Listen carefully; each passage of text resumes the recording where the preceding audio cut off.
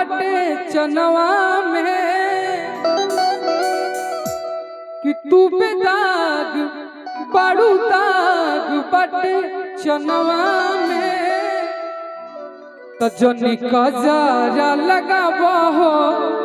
नयनवा में नयनवा में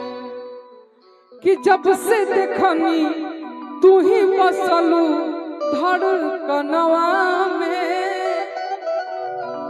कि जब से देखनी तू ही बसलू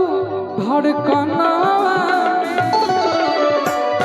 जनी कजरा लगाबो हो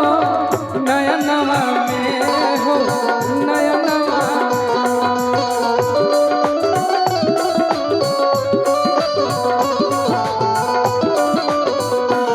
तू बेदाग बड़ू दाग बटे चनवा में तू बेदाग बड़ू दाग बटे चनवा में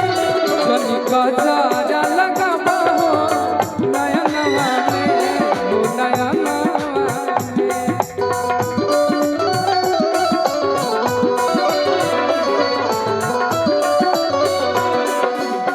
दीवाना धर के तोहरा प्यार में दिल दीवाना न जाने का खो गया तुमने ऐसे देखा कि कुछ हो गया दीवाना न जाने कब खो गया तुमने ऐसे देखा कि कुछ हो गया कुछ हो गया कुछ हो गया मेरी जान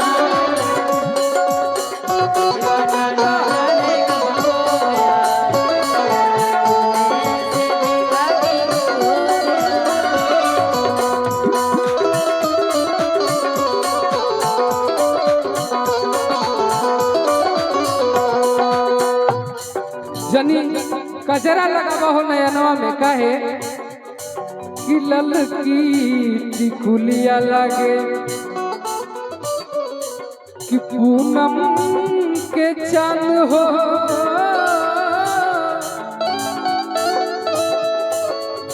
रची रची तो के बनोले भगवान हो रची रची तो के कि ऐसन रूपवा ना बिकाला हो तो कन्या में गौरी गाना पे शूट करेला ताकेलू तो तीर चले सीधा रे करे जुपा हसमत प्यार हो जाए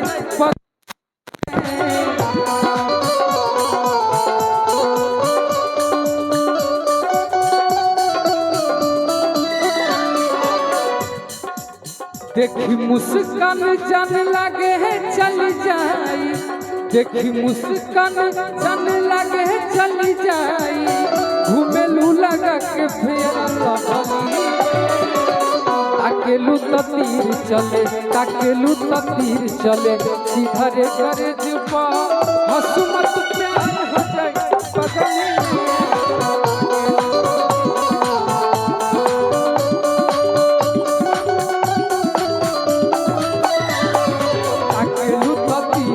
बदले सीधा रे करे जुपा हसमत प्यार हो जाए पगली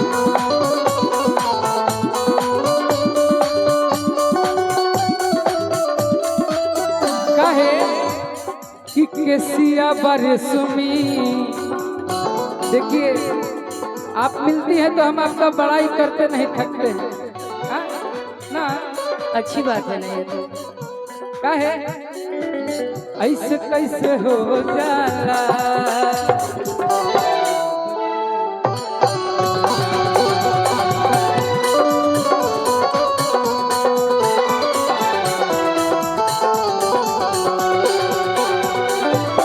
केसिया बरसमी अच्छे हरा नूरानी ये भी तारीफ कर रहे हैं भैया है ये भी तारीफ कर रहे हैं यही तारीफ कर रहे हैं हाँ। कि केसिया बरसमी अच्छे हरा नूरानी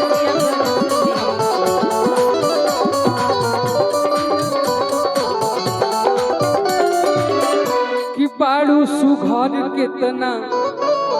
तो हम ही जानता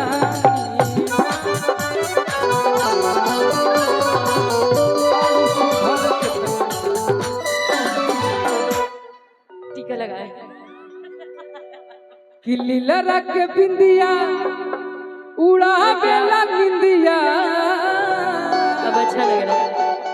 दोस्त हंसी मजाक दोस्त से नहीं करेंगे तो किससे करेंगे। अब इसी को लोग गलत डाल देते हैं गलत कि बिक्कू हाई कहले बाहू कहले बा बिक्कू गलत बा।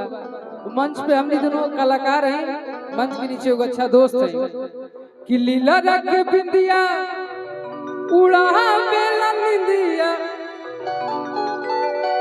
तो चैन शिव रतन के ले भगली रे तता के लूत तीर चले सीधा रे करे जुपा हंसू मत प्यार हो जाए पगली रे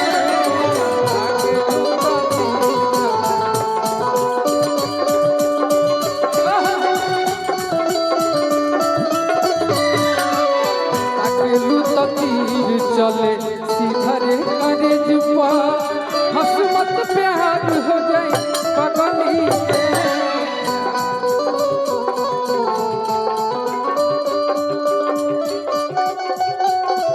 और ये गाना के बाद आप जब छोटे बच्चों के साथ गाती है ना तो वो ज्यादा वायरल होता है और आपने सबों को आगे बढ़ाया। आज कहां से कहां लोग पहुंच गए। इस भाई पर भी ध्यान दीजिए, भतीजा इसको मौसी लगेगा तुम्हारी, ऐसे गुरु बोलना अलग बात है। हाँ सता आओ ताके लूत तीर चले सीधा रे करे पा हंसू मत प्यार हो जाए पगली रे।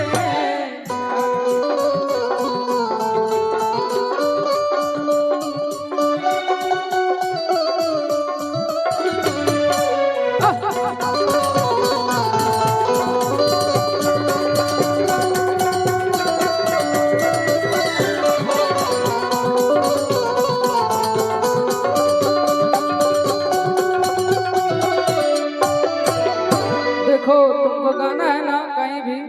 तो इनके साथ